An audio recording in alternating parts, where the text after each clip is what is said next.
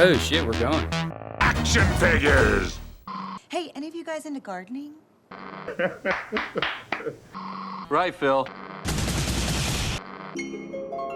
I'm a simple man. Right, Phil. All my friends are dead and they don't like me anymore. They've moved along, they've changed, and now they find me quite a bore. Way back then it was okay to be a little weird, but all my friends are dead. Ladies and gentlemen, I'm internet personality Malcontent, and this is another, this is 10-minute dailyvideo.net, your place for more Mixtape Discourse. This is more discourse about mixtape. Discourse about mixtape is what this is. So, I guess I'm not done being fixated on the negative response to mixtape. This guy didn't understand the heel turn decision for Cassandra's dad to let these kids go. The craziest part is that this somehow ends up working. Her father is shown to be pretty no-nonsense for most of his screen time. He puts his foot down about her constantly engaging in delinquent behavior, but as soon as his daughter yells at him, essentially threatening him after she was present for a building being set on fire by a bunch of underage kids getting absolutely wasted and driving off into the night, he instantly folds and just lets her do whatever the hell she wants. It seems downright fanciful. This seems like a heel turn if you're not actually paying attention to the story at all. It's not a heel turn at all. There's a very big clue that the dad is going to come around to Cassandra's point of view. Her father is shown to be pretty no-nonsense for most of his screen time. He puts his foot down about her constantly engaging in delinquent behavior. Yes, there's like a big speech where he comes down pretty hard with the friends around. And I believe when Stacy and him have an interaction in the parking lot where she quotes Rush. You want to protect her, I get it, but as Rush said in their 1982 classic, any escape might help to smooth the unattractive truth. But the suburbs have no charms to soothe the restless dreams of youth. And then he quotes, in 1969, on his second studio album, Canadian artist Leonard Cohen said, like a bird on a wire, like a drunk in a midnight choir, I have tried in my way to be free. Leonard Cohen. Holy shit. Which is a way bigger trump card quote than Rush. This shows the audience that he is trying and he does have good intentions. We don't get a lot of evidence besides Cassandra feeling stifled by her parents, that the parents have like any inclination on letting her have any freedoms. In fact, if you really want to look at it the right way, which I assume you do as a media critic or whatever this channel is, you want to pretend like you know so much about movies and shit. It's a character study of a bunch of different teenagers from different walks of life who all got sent to detention for different reasons. Also, really quickly, I want you to do some math in your head if you're like the cop dad, okay? If you make me stay here, I'm gonna burn the whole fucking place down!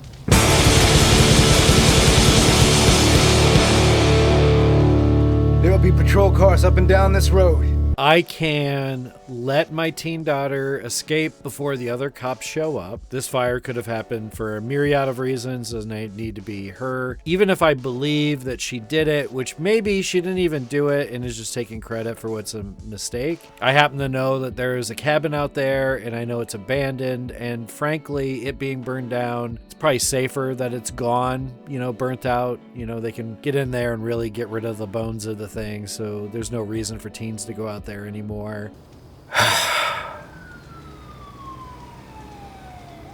Well, so I do this quick math and I think, okay, so I arrest my daughter. So far, it's proven that I can't manage 3 kids at the same time. I'm really only going to manage to get my daughter, maybe, and Stacy, or maybe in Slater, but so I'm the cop. I'm doing the math. I arrest my daughter. Now I have to deal with all the paperwork and I have to pay for her bail. Do you understand? Like, it's not just Cassandra getting in trouble. He has to pay for all those things and then hope that she'll eventually pay it back. But she's just made it very clear that if she has to stay in town to pay all that back, she's gonna make it even worse. And what am I gonna do? Send my kid to jail or whatever? I'm not a miserable person, as previously stated. I enjoy Leonard Cohen on other music, presumably, and I don't think it's in my daughter's best interest to go to jail. It is in her best interest to go to college, and when she goes to college, she will be, in fact, away from these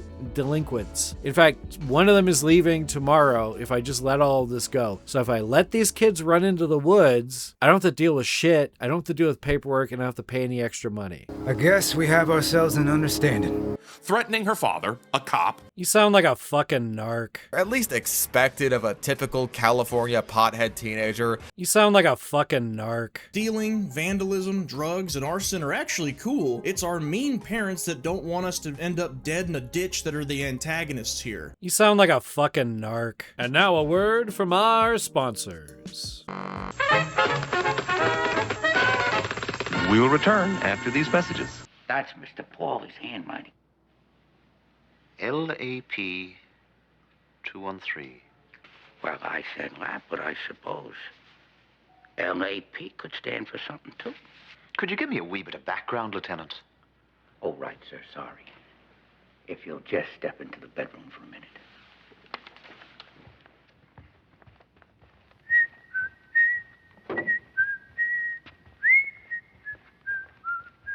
Like, all these fucking guys copy off of each other or are so parallel thinking in the dumbest ways. Two of these guys seem to think that in the 90s, people only listened to fucking 90s music. A lot of the soundtrack isn't even 90s music. However, for a game titled Mixtape, all about music that takes place in the 90s, there are a scant few songs that are actually from the 90s. If you set your piece in the 1990s and the only thing the characters listen to is 90s music and they're supposed to be like 90s dorks, like music dorks, like if they're supposed to be musical dorks that like music a lot, they're definitely not going to have favorite songs that are in the fucking... Have you never seen High Fidelity? Very nice, Rob.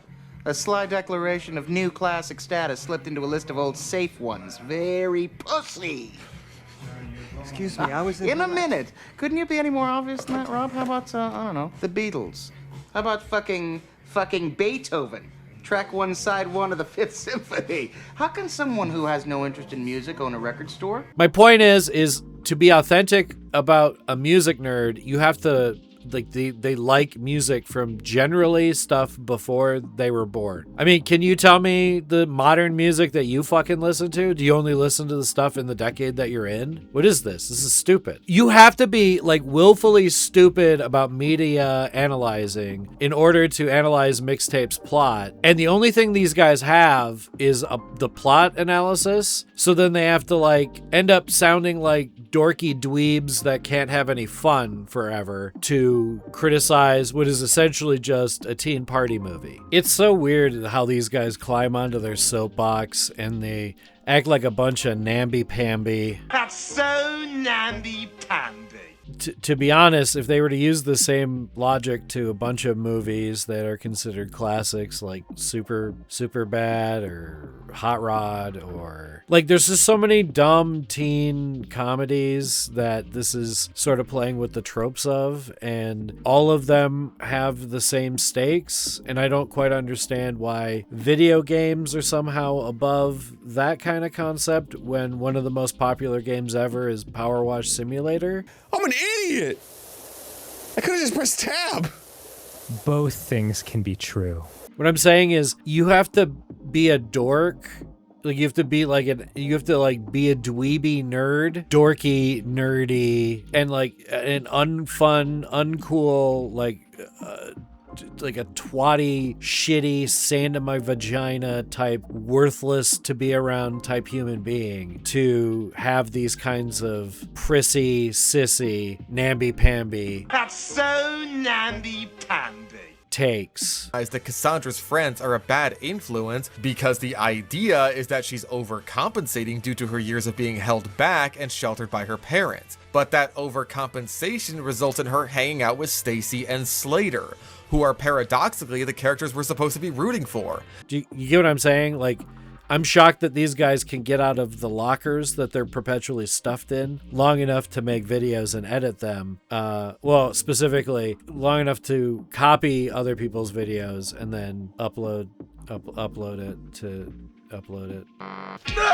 Nerds!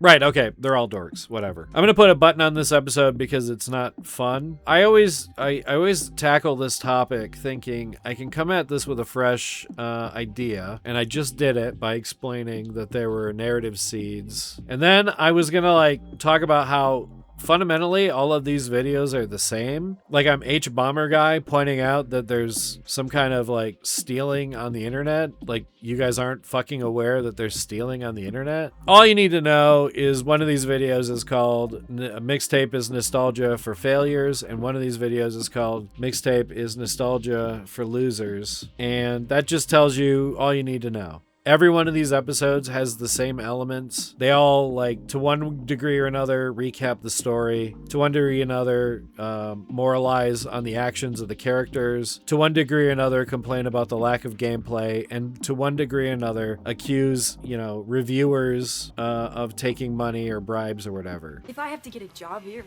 shit. I have to get a job and work as a wagey like you, cucks? Do they do this because they believe it, or do they do this because it makes them money? The truth is, it makes them money either way. If they really believe it, that's fucking pathetic and weird. It's weird to think any of the stuff that these guys pretend to believe, like what they're catering to, is like crazy person shit. It's like justifying a Bigfoot believer. So, at any rate, okay, I've had enough of this. The rest of this video is going to be a review for a quote-unquote real game. It's called Rune Dice. I've been playing it pretty addictively, more so than I thought, and, it's one of these magical board game type games. I don't really know how to describe them. It's sort of like a game that, it could be a board game, but all the elements would be too annoying. I can't remember what I said in repetition. I don't really know what to call this type of game. It's sort of a magical board game, for lack of a better term. Slay the Spire is a really good example of this. Usually it's like a roguelite where you get different powers to mitigate random chance and beat higher and higher numbers with, starting with very limited resources and numbers. But this is like the ultimate magical board game of magical board games.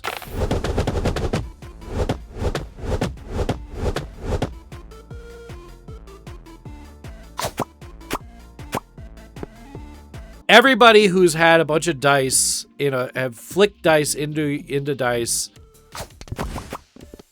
as like a fun game.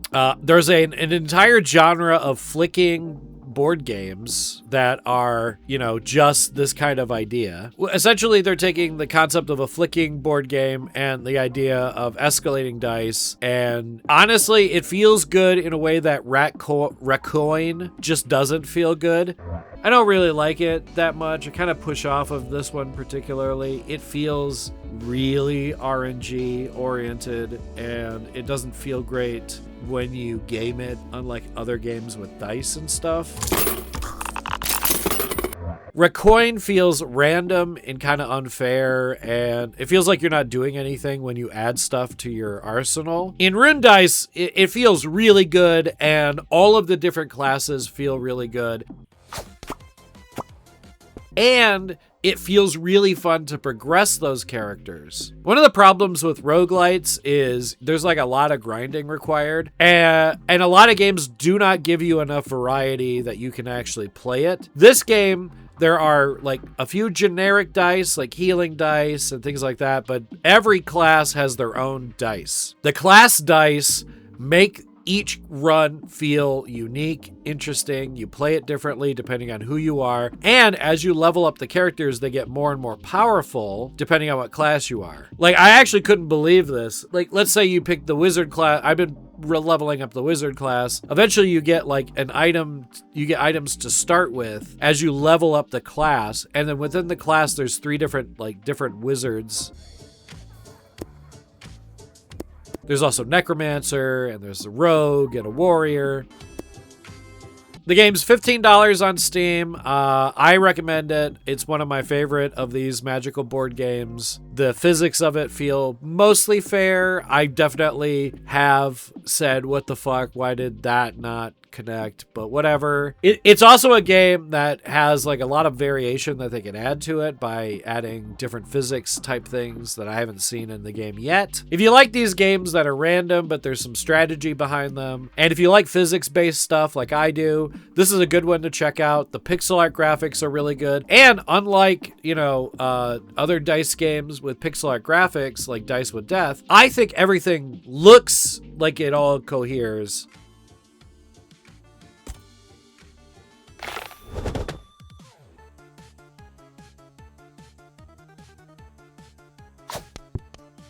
Like everything has like the same like art style and it feels good together. So yeah, Rune Dice. The following is some Let's Play. I don't know if it's chopped up or not because I haven't made it yet, but the rest of the video is a Let's Play of Rune Dice.